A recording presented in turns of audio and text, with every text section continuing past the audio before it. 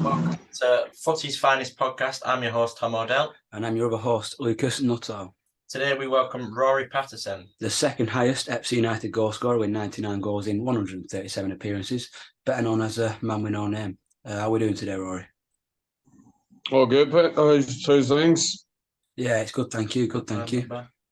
So before we kick off, we're going to ask you a bit of a different question. What's your favourite aftershave? I don't know. Actually, I have a few. I don't stick to one. I would tend to just float between a few. Yeah, I think. Deal survival. I'm more of a Hugo Boss one. But to start things off properly now, we're going to talk about your time at FC United. So, first of all, the 99 goals. Do you wish you got 100?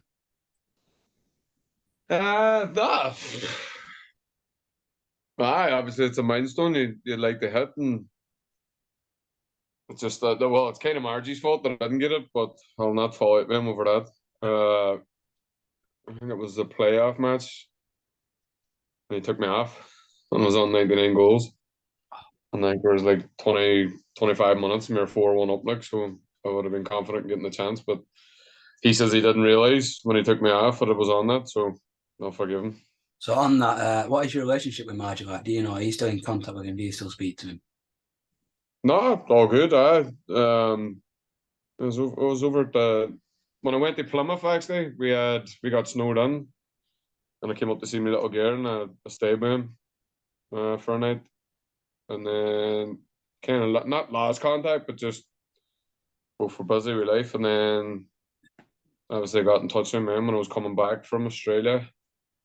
And then obviously that was the dreaded second time signing. But then the Legends match then I went over, obviously someone asked me over to come over and play, so met up with a man as well. So no, me and Marge are all good. Yeah, that's good to hear. You like that. Yeah. So well, at your time at FC United, who was the best player you played with in your opinion?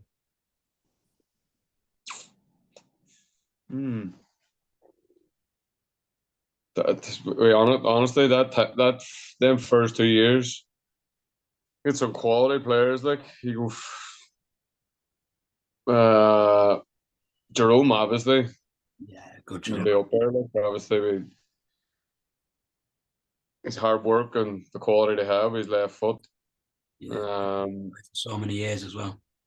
Josh Howard probably technically was up there. Completely brain freeze there. What's Matty, the wee right back we had? Right back. Oh. I don't think. I can't think. It's been a while, hasn't it? The biggest smile you've ever seen in football. Matty. Was it Matty even? I'm going to look like a tube here. Oh, I've not got a clue, mate. I'll be honest with you. Yeah, we were too young at that time. We were only 6. 3. Yeah, 5 or 6. You make Jerome, Josh. I'd have completely brain froze. Rodri Giggs, he's a good shout. Best player, Rodri? Nah. But do you not reckon? No, I'm only joking. No, Rodri's a good lad. Like, nah. Rodri's would have been coming to the end then, like, but I wouldn't put him as the best. No. Yeah. Clearly didn't get the good side of the team. He was a good player. We had a few ding dongs as well. Me and Rodgers, we love to argue. So yeah. Trying to think like, on a little bit of a wider spectrum, so to speak, you've obviously played all over. You've got a big rotor of clubs. So who do you think is the best player you've played with at any of your clubs you've ever been with? Best player I ever played with?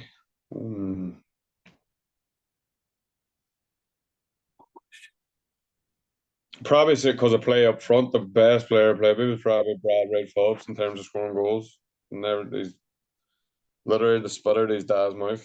Just scored the exact same goals. He could have done nothing and then goal, bang, bang, goal. Yeah. Well, he's a good lad as well. Yeah, I suppose it motivates you as well to sort of want to be on the same sort of levels with him as well. She's always good. No, he was a good lad. He was him and his family were very welcoming to me when I came down when I went to Plymouth, and we kind of socialised together as well.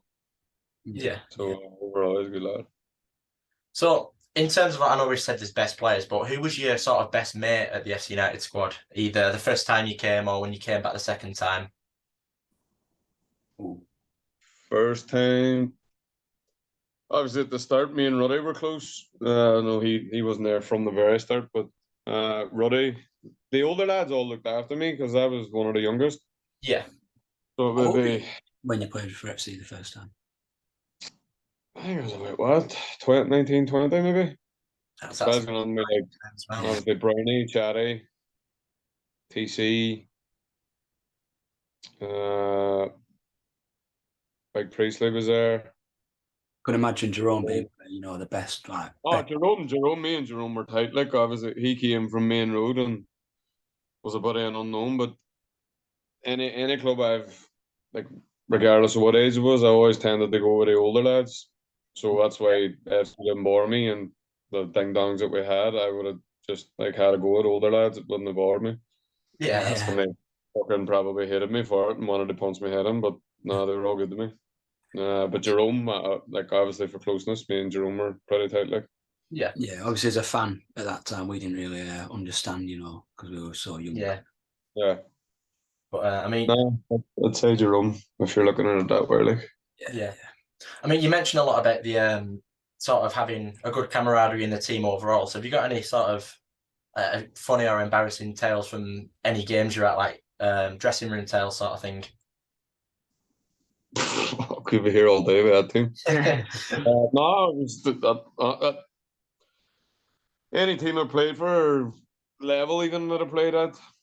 Obviously, just that whole the whole camaraderie around on the pitch, off the pitch. You always had somebody at the end of the phone. Like, I know social media and technology wasn't what it is now. Like, but we all stayed after matches and obviously got pissed after the matches. There was none of like obviously the game's changed now where I don't think it's like that anymore. But no, we would have just on they all ours every Saturday, regardless. And if you didn't do it, you were kind of a bit of a loser. Like, and then obviously run with the fans and that as well. It was good. Like, seeing the fans in the bar after the game. Yeah, that's as soon as well at that time we were winning more than we were losing. So as soon as we had the match won, we were kind of even in the build up. It was like, oh, we're going to whack these today and then get to the bar straight away. So that was we were the quickest team to ever get the share to get under the bar. And I feel like it's dying a bit down now. That sort of thing of playing like FC's more of a family club, isn't it? Playing then going and seeing the fans after in the bar. It's starting to die down a lot more now. We're seeing less of it. More players just leaving straight after the game, getting home. That's just I think that's just life and football and like younger like I see it even here now at any level like younger lads just aren't that. I think that was the dying breed of what football was back at non-league football, should I say? Even when you look at like Premier League and that, you hear like stories of like Paul Merson and boys like that. Like that was there. They were in the same boat. Like they prepared the way they prepared. They turned up the training pass. They got passed after the match, and then that it has completely went out. Like I played in the Irish League again, and you see like you'd be saying like, "Oh, where are we going after this?" And there's boys sitting there with protein shakes and recovery drinks, and never happened. Like, but it's not. Yeah, look, that's just the way that it's went. It's not that it's a bad thing, obviously. Yeah, of course. Even the levels all over, like where you're probably not turning up against lads half past now, like so. It's obviously making more athletes out of the whole pyramid system. Yeah, it's like George Best for United. He used to just play his game, he'd get smashed after the game, get smashed all week, and then he'd turn up the next time. And that's well, I'm not speaking for everybody. I don't want to get anybody in trouble, but that's basically what I did. So yeah, and it works. Yeah, there you go. It works. Yeah. Well, yeah. But I actually have a funny story from when I came back from England the first time. Wasn't long after I left FC United. I came back home and signed for Korean. I was living with my best mate, and he used to play he played in England as well, and he's at Charlton, and he was playing for an Irish league team, and I moved in with him, and he's sitting me salads and eating right and preparing right, and I was sitting there with a box of beer over my shoulder and getting pissed on a Friday night to play on the Saturday, and he went out and had the worst like month ever, and I was like scoring hat-tricks and 4s in games and 3s in games, and he was playing shit. And Yeah, then he's like, "How are you doing this?" And I was like, "You're just taking it too serious." And then I Yeah. says, "You should jump on my ship." And then he ended up preparing the way I prepared, and they had the best season in his life. there you go. And that's I'm not promoting that, by the way, but No, that's no, of course Says not. it all. Though. It's the It's Rory, just it's the Rory Patterson effect. That's not, I wouldn't say that. It's just didn't think too much about it. If a ball fell to me, I just shot. And that season, there was a Korean. Obviously, a lot more went done than didn't. Yeah, of course. So, what was your the best FC game you ever played at? You know, like the most fans, the best atmosphere, your best game, even. Got to be some good ones at Giggle. The biggest, there was loads of the biggest game we had was the game we won the league. Yeah, We had like 9,000 or something at Gig Lane. yeah. And the match was the fucking worst match I've ever played in my life. We were brutal. I actually think we drew or we got beat, and I had my family. My little girl wasn't born long after that, and I had my family from Ireland over, and that was just shit. I was brutal on it. But then the Blackpool game, probably away, when we played in Bloomfield Road, I think we took like 5,000 or 6,000 up there. So I was playing on I think they might have been championship at the time, playing on a championship ground, and obviously the fans made the weekend of it as well. And we made the weekend of it, so I'd probably say it wasn't like a big result or anything or a big team, but probably the whole occasion just was Yeah, of course. the weekend, the whole weekend as a whole. yeah. I suppose And it then must you feel have special as well. The Leipzig trips as well. That was good. Like we took a load of fans over there, and that was a good experience as well. Like. Took a lot of fans everywhere back. Obviously, we still do now. You know, we still get the odd like we get a lot at home. We still get the odd like 1,000, possibly 2,000 away game as well if it's a big one. But Yeah. it used to be a different level back in day, weren't it? Yeah, 100%. No, the whole that's like even that's probably okay, people are bored listening to it now, but even the story of me even getting involved with AFC, I just had no drive or no push for football, and I was at Radcliffe with Margie, where I've got good stories about. And Margie knew me from then, and he was torturing me to sign. He was like, "I'm getting this big job, come and play for me," and I was like, "Nah, not having it." Like, and then obviously I was just patting about in Rochdale working for my mate, and then he just kept going at me and going at me about coming, and then that was the Staley Bridge match, obviously the famous one. Like nobody knew who I was. I had no number in my shirt, so nah, it was insane back then. Like. The man we know name. No, we don't know. So, do you think FC made you like fall back in love with football then, and like find your passion for it again? Oh, definitely. Oh, if I hadn't played for FC, I don't know. I can't see me doing anything because obviously the lads that was running around me then were they weren't. I got stung when I was at Rochdale. I made like I got 30 appearances or something for Rochdale's first team, and then I got young player of the year for the club and got released like the week later. So like the first team lads and them, like it doesn't make what's going on, but the manager obviously for whatever reason that it was, he released me at the time, and it was a serious kick in the balls, like, and I was like, I made my debut when I was like 16, 17 for the first team, and I was always thereabouts the first team, so I think I played under 9 managers for 9. Rochdale. So I kept like getting myself in a position where I was playing like getting a run of games in the first team, and then the manager got sacked, and then I got a new manager in.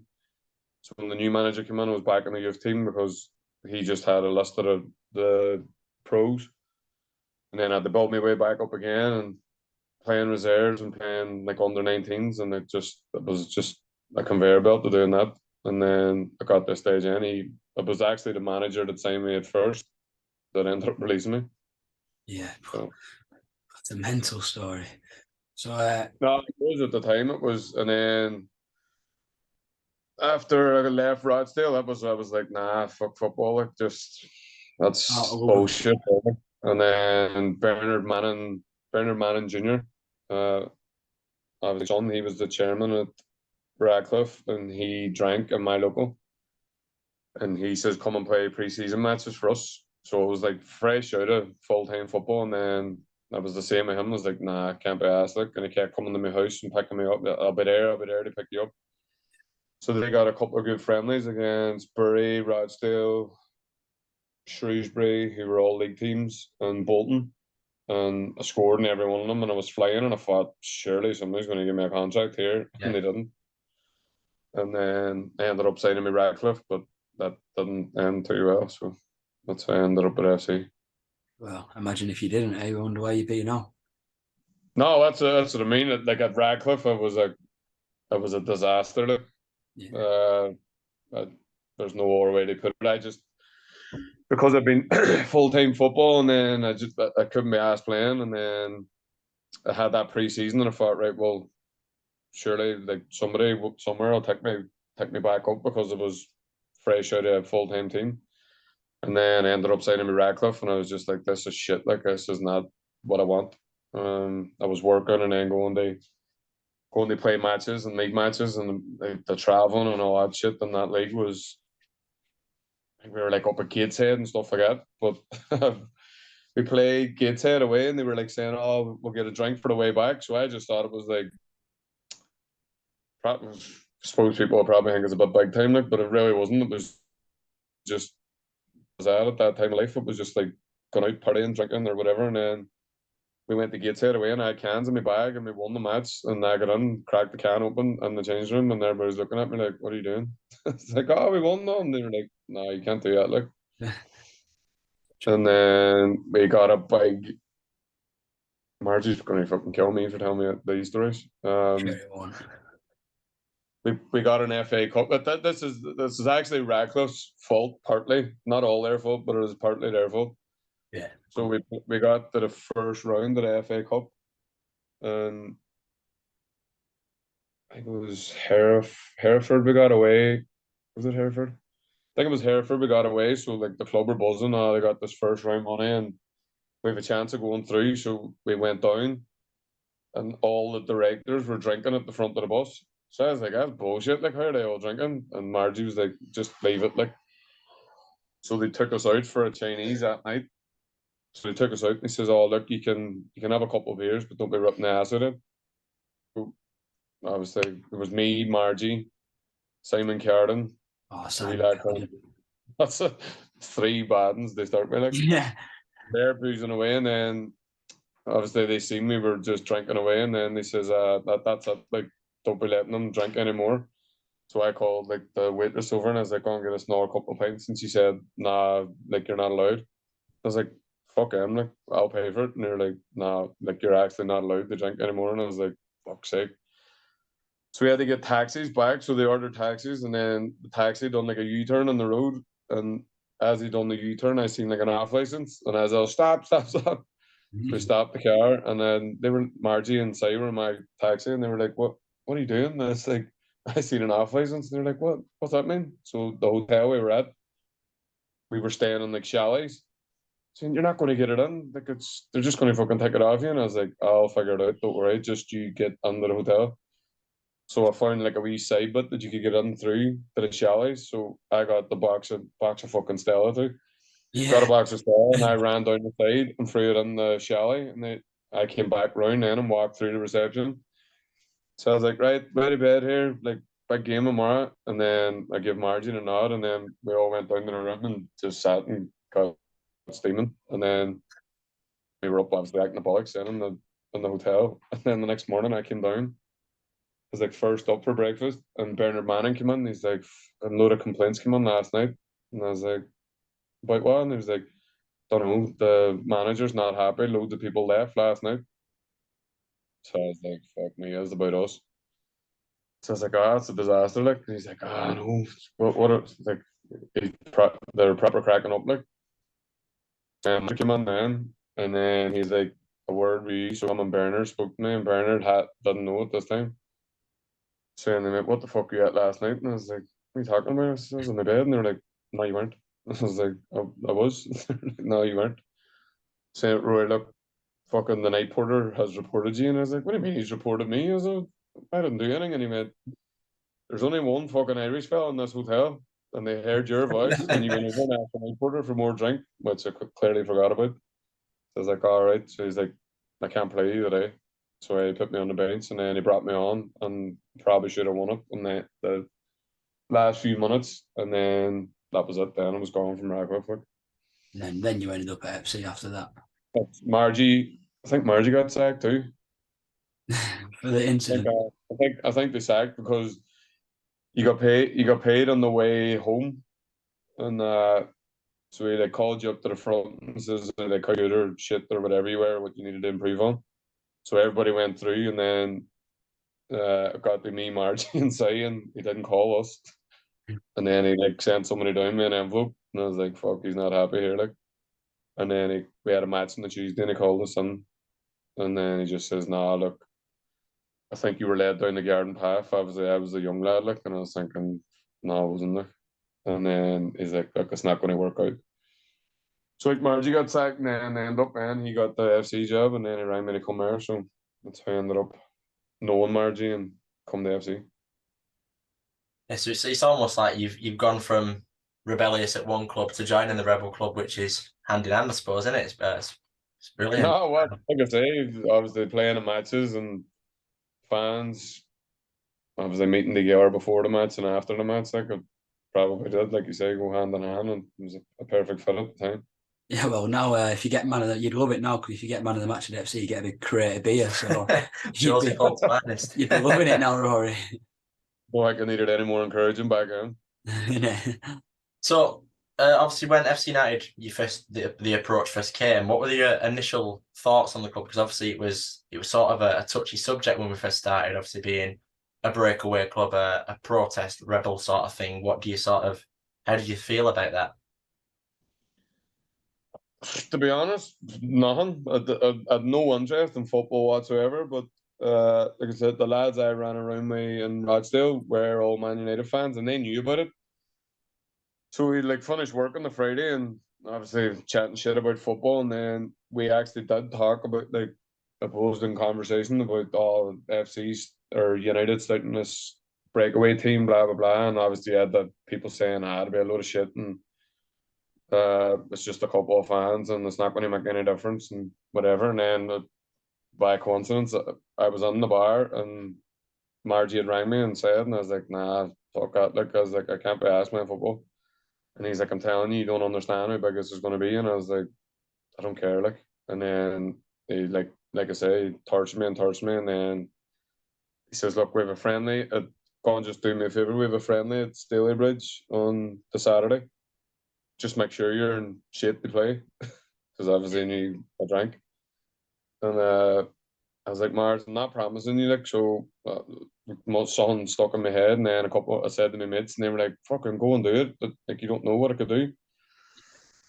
And then I ended up, I was like, right, fuck it. I'll go and see what it's like. If it's shit, then I'm out the door. And then when I got there, I just seen like thousands of people. I was like, this is what football is like, not like going to Gateshead and there was like fucking 10 people there, or going to Radcliffe. Again, no disrespect to them, but cold night in Radcliffe on a Tuesday, and there was like about 50 people there. Like, that wasn't what I played football for. Like, so obviously the atmosphere that the fans created at Staley Bridge, and then started chanting for me. I was like, nah, you know what, this says a bit of me after all. Like. Yeah. Did you like your songs? Yeah, The Man with No Name and all them ones. No, like anybody that plays football, like I'd say if you asked them what would G them up like hearing not 10 people saying your name, like, but thousands of people making songs up for you, and it does make a big difference to your game, like. Especially when you're scoring in front of them every week as well. No, that's it. Like, there was, like, obviously the first time round it was, wouldn't say love hate. Like, obviously I scored a lot when at the start, but like I say, I was the way I was, and probably Marmite. People like me, people don't like me, like, but a lot more people did like me because at the end of the day I was scoring a goal, so I probably got away with it. With that. So in 2015, when you made the return to the club, how did it come about? Did Margie get in contact with you, or did you get in contact with Margie? No, I was in touch with him, and then I was in Australia, and then I had a problem with my visa because because it's on happened before. And then I had to leave, but they tried to put me on like a different visa, but something like cross reference, so I had to leave the country anyway to get this new visa. But my daughter, who was in Rochdale, like obviously I had the breaking news to her that I was moving to Australia, and then when I was out there, I brought her out for 3 weeks and she loved it. So I was like, right, this is where I want to be. And then I got the news I had to leave, but I had to leave for like 6 months, and I was like, I'm not going back. They kind of break her heart again and tell her I was leaving again. So I got in touch with Margie and I was like, right, I'm going to come back. Like, would you take me? And Margie was like, when? I'll pick you up at the airport. It was obviously quickly done. There was no real negotiations on it. It was just like, what time's your flight in? And it was having picked me up from the airport. So it was pretty quick, like the way we done it. Yeah, and obviously, as us as a fan back then, that was like hearing you were coming back. It was like mental, you know. We thought, yeah, we were absolutely buzzing. No, they always say like don't never go back. Like, but at that time, I hadn't kicked the butt. Like my season was over in Australia, and I hadn't done anything for like 2 months. So, but I think it was like November when I came. So obviously the lads had like pre-season and basically half a season where I had nothing. So I was playing catch up. I wasn't fit, and obviously there was about a shitty talk on about me, and I was like, I just need a bit of time, like, and like I told Margie I wasn't ready, but he was like, you'll get there. I know you'll get there. Like it's just like kind of dropping you in and taking you out and dropping you in. And then at the time I came back on my own, but my partner at the time was in Australia still, and I got the news that she was pregnant, and obviously she was coming home because I couldn't go back out. So when she came back, and she came back to Manchester. She's from Ireland, like, so she came back, and I was like, well, what do you think about starting here? And it just wasn't for her. She wanted to be back around her family. So Yeah, by coincidence, then the goalkeeper he was the goalkeeper when I was at Derry City. He texts me and he says, "Oh, I heard you've left Australia," but I hadn't said anything. Obviously, it was fresh news about her being pregnant, so like I hadn't told anybody. So I just had to play. I was like, I'm in Manchester here, and then he's like, "Are you coming home anytime soon?" And I had planned to come back that weekend. So I was like, "Oh, look, we'll come back this weekend." He says, "Look, Derry want to see you again." So I kind of all fit it all into one. So then I just went to Margie. I was like, "Look, she's pregnant. She's not going to live here. It's going to be a hassle, like so. I'm going to just go back to Derry. Like they want to see me."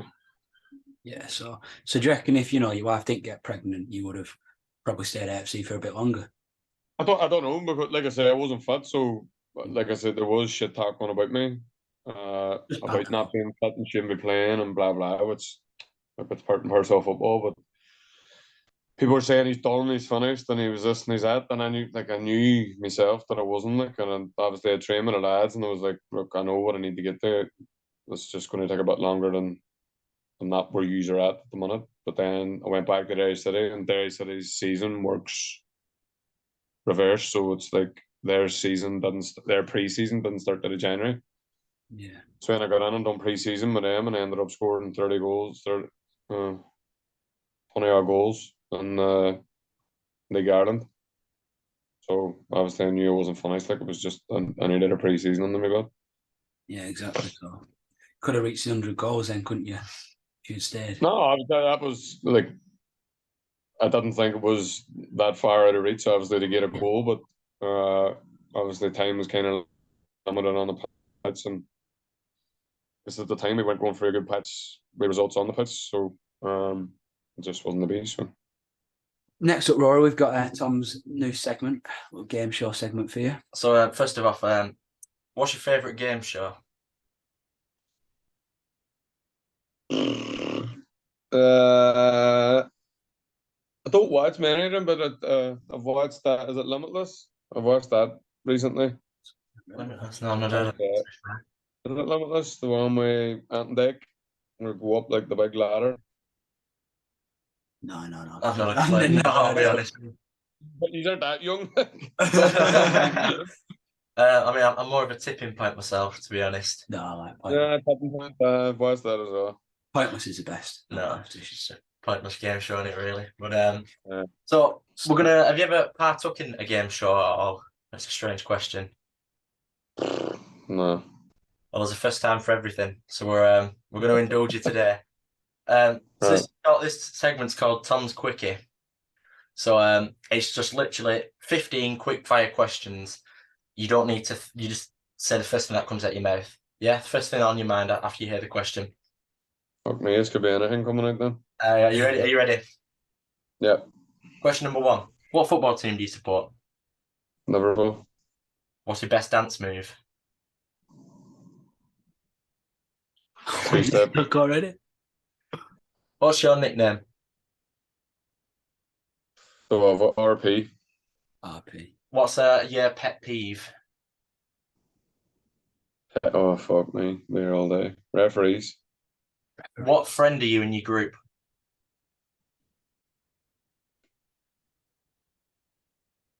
The fixer. What's an unpopular opinion that you have? The people. Fuck. Don't know. Not that many. Pass. We can pass that one. Is a hot dog a sandwich? No. Do you have any pets? Dog. What's the worst thing that the government could make illegal? Beer. Pineapple on pizza. No chance. What's your biggest fear?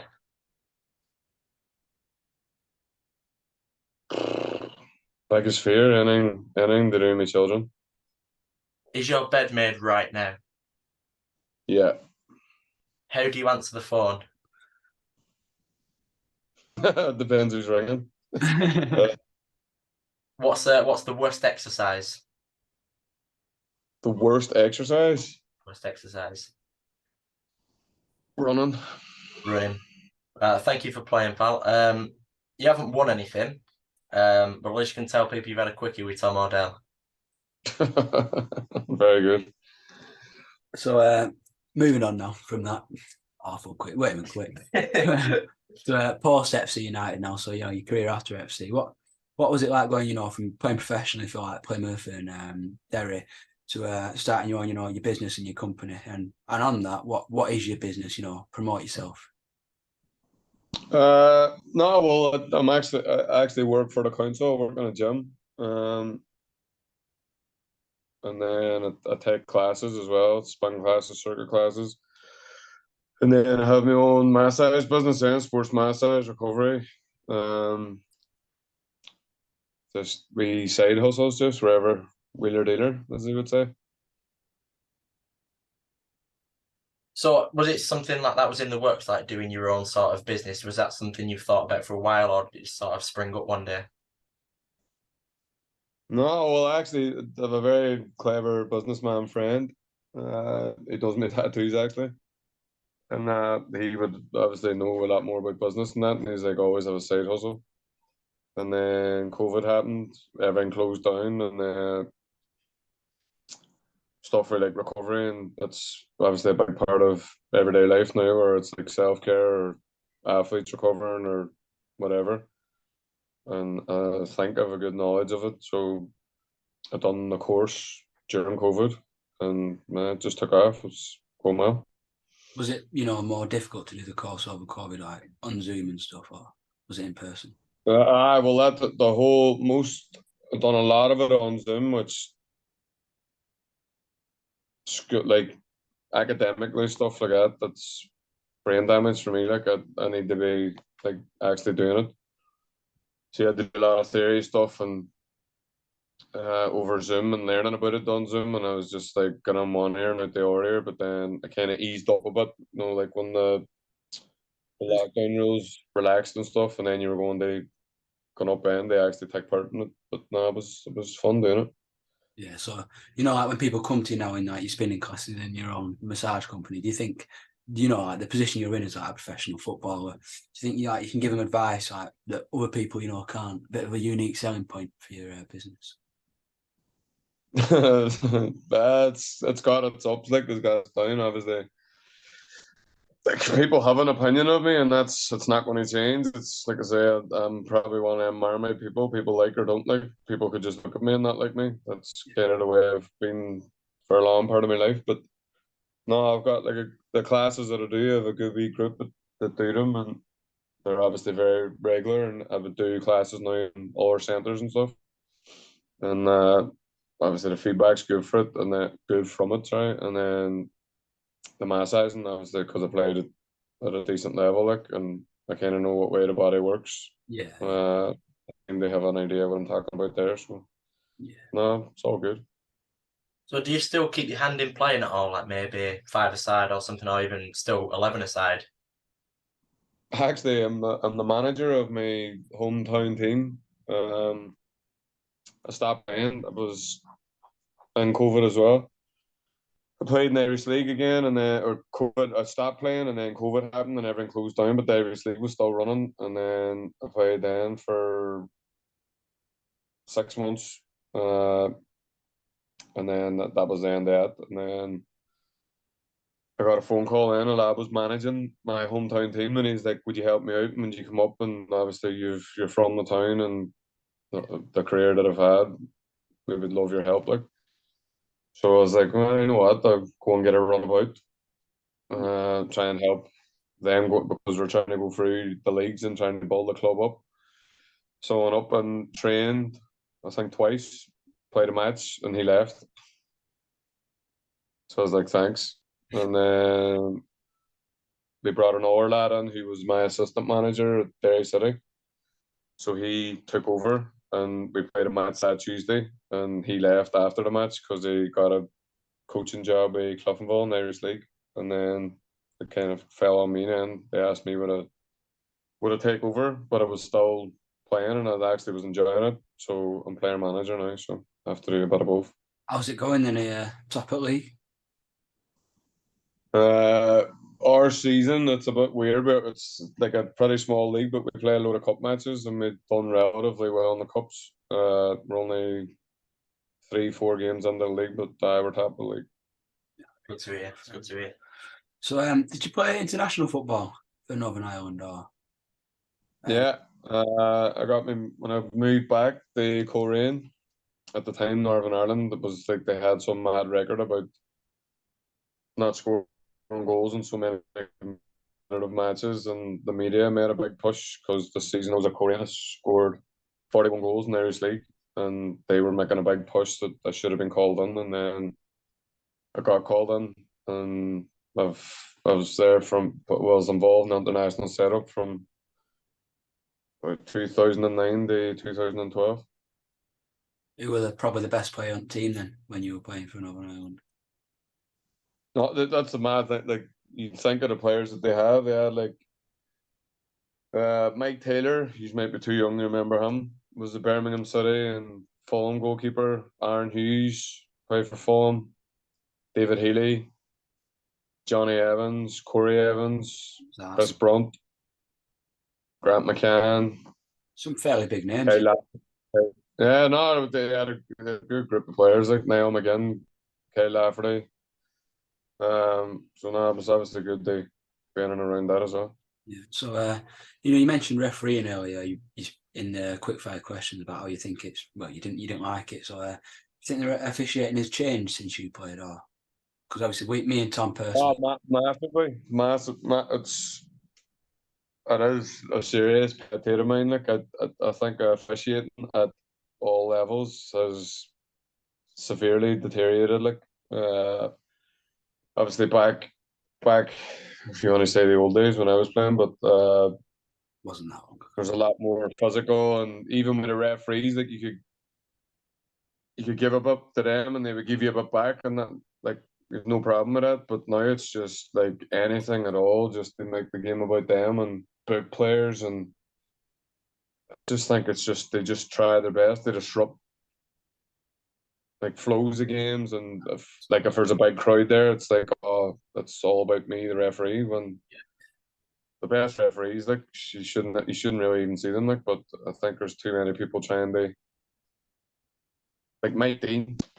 I just like I don't get that dude at all. Like when he was there, it was just like absolute comedy act, and there's like there is people that like it and that, but it just not for me. Hey, just go look after the game and just let players players like the game play. for. This season for FC, there's been countless games where the referee has made us lose. Like played Nantwich at home, and ball got played across, and our striker was behind the defender. So obviously it can't be offside when you're behind the defender, and he scored. But the lino put his flag up, and you look back at it, and he must. I don't know what the lino thinks when he looks back at it. I don't know if he thinks, "Oh, I made a mistake," or "Oh, I've made the right choice." But some really bad refereeing decisions this year. That's the big thing about ref. Like, I look at it, if I was a referee and I made a mistake, I would just look. Sorry, I completely got that wrong. The thing that really gets is the arrogance of them trying to like kind of defend themselves when it's there for everybody to see. If you mistake, like it happens, but just say, look, I fucked up there." But it's like they bookie or like that one of the last games I played in Irish League. Roy Carroll was my goalkeeper, and Roy Carroll came out and punched the ball like it was a ball got played up, and he punched the ball as clear as day, like out of play. But like a striker or whatever was jumping up, and the ref gave a penalty. So everybody's like, "Look where the ball went," and the arrogance, and he was just running around booking anybody that came near him, and you're like, "You've made a serious fuck up there. Like, just own it." Yeah. But that it's the arrogance of them that I just don't like. But like I say, if you make a mistake or you're not up there, just say, "Look, I made a mistake," but I don't think there's any of them, dude. Yeah, you just sort of close the case then, don't you?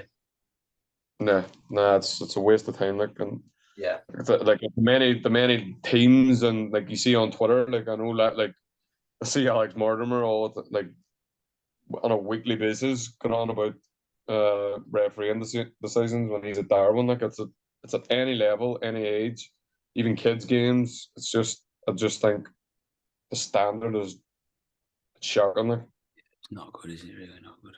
and even like that's not a pop like lower down. That like look at the Premier League, they've VAR and everything, and they're still making balls ups like as big as what they're making. It's just how can you get something ridiculous. wrong about them cameras and computers and all them people behind the scenes that you That's what I'm talking about. It's at every single level. That's just horrendous. So sort of zooming out like all the way back now to when you were growing up, and obviously you grew up in Ireland. How did you even start football when you were sort of young? Was it a local team or just schoolyard sort of thing? Well, I'm from a council estate, like, so it was just all lads kind of my age, even lads older. We had like a bit out the back of my house. It was just like a big square, and that's where everybody was just there morning, noon, and night playing football. Like another thing that's massively changed. You don't see that anymore. Like there could have been 10, 20 lads there, like playing knockouts or whatever. Like, Yeah. and then obviously school teams, and we had. There was a lad in my class. He came through the school teams with me, and I don't know. He might be too young. He's here. A kid called Adrian Doherty. He used to play for Man United. No. There's a book in that out about him. He was like the one that they thought was going to be bigger than Ryan Giggs. Was actually his father. That his brother was the same age as me, and he's a quality left winger as well. And it was his father that was me playing the school team, and he's like, "You should be playing on a proper team." Like, so he got me and moved down to a team in Derry. He had good contacts with boys in England, and then kind of just took off from that. Got picked up by a scout. Yeah, that back like at that time, like I've been going to England on trial since I was like 9 years of age. So back then, like we could fly in your own. Like it was me and my best mate. We seemed to be just going away every weekend, like from me. So we were just like jumping on planes. We used to have like somebody in the airport would take you through, like an air hostess or whatever, and they would lead you through the airport. Your mum and dad would just leave you at the airport, and that was it. You were away on a plane. Obviously, can't do that anymore. To do that with your best mate as well, I bet that was an unbelievable experience. Yeah, from the age of 9, we both went to Charlton together. We played in the World Cup over here, and he got signed, and then I went to made my way to Rochdale, and he was a pro at Charlton for a few years as well. So, Derry City, would you probably say Derry was like your best club you've been at? 87 goals. It's actually more than that. Is it? I think it's like 94 or something. That's mad. I think people just like trying to take goals off me. Funnily enough, nah, it's not. It's bad to say that, like, but like I think, well, obviously I'm not classed as a local out there, but again, it was like a love-hate relationship, with fans or whatever way you want to look at it. Like, obviously, when I was playing well, I had a few bad injuries, and then you just get judged. Like, I actually do love it there, like, but you still hear like people would say negative things, and when they actually haven't a clue who you are, like, but that just seems to be the for like people classed as the local ones. Like. Yeah. So the football in Ireland, do you think was it a bit more physical than the football in England, or was it maybe not as physical? As in what FC's league or? Just any league in England, like because obviously Ireland, Irish football. No, well, I played in when obviously it was in Plymouth. Like a standard there. The season I was there was the players and teams in our league that year. Like it was mental. It was a year Southampton had like Ricky Snyderland, Adam Lallana, Oxlade Chamberlain just went to Arsenal. Some big names there, aren't there?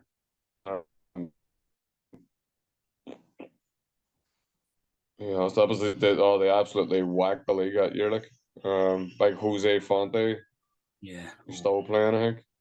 You played against all these. Oh, they were a proper team. Like, and they just yeah. Well, I made me was it my debut? I made my debut against Southampton at St Mary's. We played on Sky, and we actually beat them that day, and we were like, "Fuck, we had a good team as well." Like, but Yeah. we went into administration trouble not long after that, and then the club kind of just disintegrated them. But Southampton, they were outstanding that year. Like Sheffield Wednesday were in the league that year. Brighton was the year Gus Poyet was there. Big names, aren't Yeah. there? Yeah, that's what I mean. Like, so the standard there, and obviously physicality in terms of athletes, like centre halves were giants, and Yeah. midfielders were fucking giants, and everybody was just machines. Like, But they were a good league to watch back then, weren't it? no, but it was tough. Like you're trying to compare it to Ireland, it wouldn't be like that. Like, that was top level. Like. So what was the favourite team out of your entire career? You don't have to say FC. We won't take offence. But what was your favourite team to play at personally? Without a doubt, like the first 2 years at FC, like, 100%. Yeah, 100%. The first 2 years, and then the third year, like I kind of seen changes coming in.